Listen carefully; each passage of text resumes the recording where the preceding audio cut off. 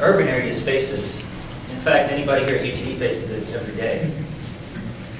When we interviewed the UTD Parking Administration, we found that the #1 complaint they receive is time spent actually looking for open spaces. We could save a lot of time and frustration if the drivers coming in already knew where the available parking was. We've developed a system that optimizes traffic flow and reduces congestion by getting this information to the drivers as they arrive or even before they arrive. Our system will also track permit-based parking and relay this information to the parking administration.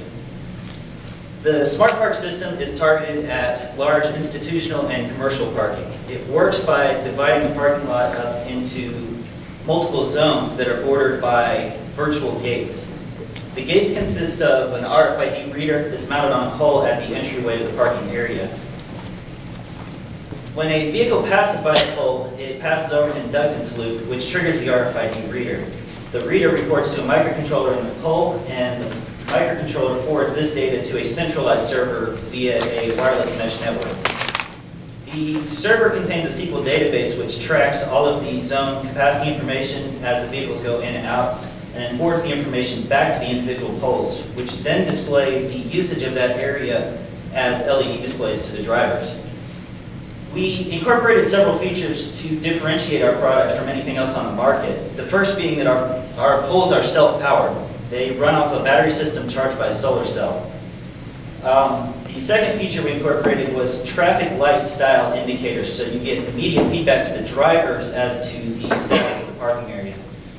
We also have a web application that reports the same information to drivers before they even arrive at their destination, so they know going in. In our first semester, we completed the physical structure of the pole and the power systems, as well as the lighting. We also had the microcontroller wirelessly communicating with the central server, and it allowed us to push updates out to the pole. In our current semester, we've actually finished the RFID reading system. It's triggered by an inductance loop, and that part is fully functional. We changed our lighting system to include an alphanumeric display at the request of the parking administration to allow for special event type designation parking, things like that. We also completed the web application and upgraded the power systems. Let me take a second to introduce my team. Brian Cole handled our physical structure as well as our inductance loops. Andrew Folliter handled our programming and our wireless communication. Medea Rasul handled all of our LED displays and the alphanumeric displays that we just added. And Amba Kalur handled the web application development and the database programming. On display outside, we have a fully functional prototype pole, and we'd love to demonstrate it for you. At this time, I'll take any questions you have. Can I ask again, who was Andrew? Okay, so you are... We actually have EE. Andrew is a CECS double major. Medea is EE, and Amba is a CEE double major. I just wanted to kind of point that out because it was a diverse team that went together. Well, and we did. We had, we didn't just focus on one area. We actually had a lot of programming, a lot of engineering, so everybody had a place within the project to really shine. I have questions from any folks? I think it's a great project. It was really well done last semester. If you guys have done this much more this semester, I think it's a great project. Well, we're actually planning on continuing with this project. We've been talking to the school about deploying a prototype out into the parking lot and seeing how it works in the real world. Is there anyone from UTD parking here? Yes, there's Paul. What do you think of their design? Very impressive. Any other questions? It's a good customer. Do you have a limit on the number of poles that you can support? There is probably a theoretical limit. We haven't run into it yet. We're using a Zigbee wireless mesh network, so the range is actually limited by the closest pole and not the farthest, that being closest to the central server. So updates from the poles deploy back to the server and back out through all of the other poles in the network. Address-wise, we should be able to address any reasonable number of poles. And also traffic isn't going to be a big issue because our packets are very small and there's not going to be a lot of congestion. Yes? How easy is it to fake the system out? Because someone cheat or Well, we considered a number of options of people, spoofing the system. We went ahead and encoded our wireless signal so that they can't interfere with the communications between the server and the pole. The tags are also encoded. That's just a feature of the tags that we're using in the reader. Andrew, what was the encryption on this? The Zigbee system is a 128-bit AES encryption.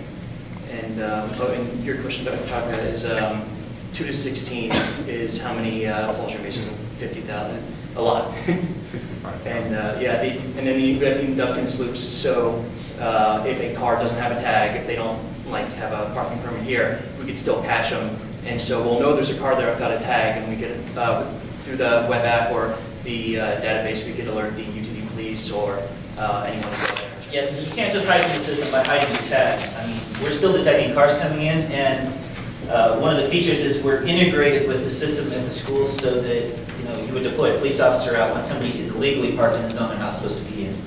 And how do you detect if they're going or coming? Well, the inductance loops are actually paired in each lane, and we're estimating there's going to be 2 lanes in a particular entrance. So you have 4 total loops. The direction that you pass over the loops indicates the direction the car is traveling. And we can also detect multiple cars at the same time. Yes, sir. So if you do have multiple cars coming in, are you directing them to the same empty spot or hopefully to different empty spots? We don't particularly anticipate 2 cars trying to go in at the same time, but if they did and there was 1 empty space, we're not directing to specific spaces. We're actually directing by, for instance, 1 little parking lane has a pole on either end, and we have a capacity for that area. So when the capacity is not full, we're showing green on both ends. As soon as we detect enough cars have settled in that area, we change the status to red, and it is possible they get directed into a place with no parking spaces. In that case, yeah. Sir? What was the cost to build this, and what your anticipated maintenance fee, if you will? Actually, just realized that I left that out. Before you answer that question, I wanted to ask the question beforehand. Since we have UTD parking here, there are a number of students here that have paid parking tickets. How many parking tickets would UTD parking have to initiate? Because, no, this is a fair question. Well, okay, depending on how they look at the parking tickets. If the students were paying those tickets and they knew they was going to go back to pay for this thing to make it easier to park next time, then they at least know their money is going to help the parking process. Well, because of the way we work, we're pretty much getting 100% enforcement, and it's pretty immediate as long as they can dispatch an officer at the time to issue the ticket. So after a time, you would think that the students would stop parking in the wrong zones if you know you're going to get caught every time. So actually, we would be reducing ticket revenue for the school. We might actually be increasing. But we do save costs in other areas. For instance, traffic enforcement right now, they have people that walk around the lots. You have to have the readers. All of that goes away because it's all automated, so you won't have a recurring cost from employees. We've also come up with some ideas for revenue generation. For instance, a student comes in on an exam day and the green lot's full. Perhaps instead of ticketing them, the system would automatically upgrade them to a gold parking for a day and charge them a small fee. So we get, microtransactions over time, and then, that's another stream of possible revenue that the school might be interested in. Chris? How much money to build it?